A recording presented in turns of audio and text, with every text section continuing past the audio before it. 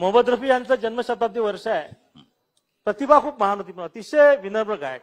आपण यथोचित पद्धतीनं शासनातर्फे हे जन्मशताब्दी वर्ष त्यांचं साजरं करावं।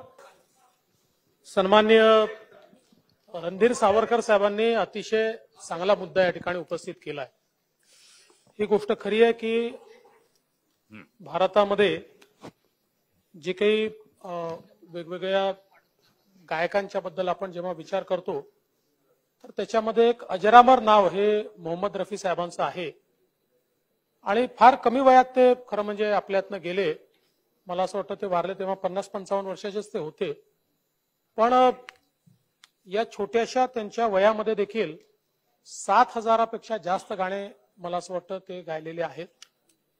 आणि ही वास्तविकता आहे की त्यांची जन्मभूमी जरी पंजाब असली तरी कर्मभूमी ही मुंबई आणि महाराष्ट्र राहिलेला आहे आणि आपल्या संपूर्ण देशामध्ये आणि महाराष्ट्रामध्येही त्यांना मानणारा त्यांचा फॅन फॉलोइंग हे प्रचंड मोठा आहे।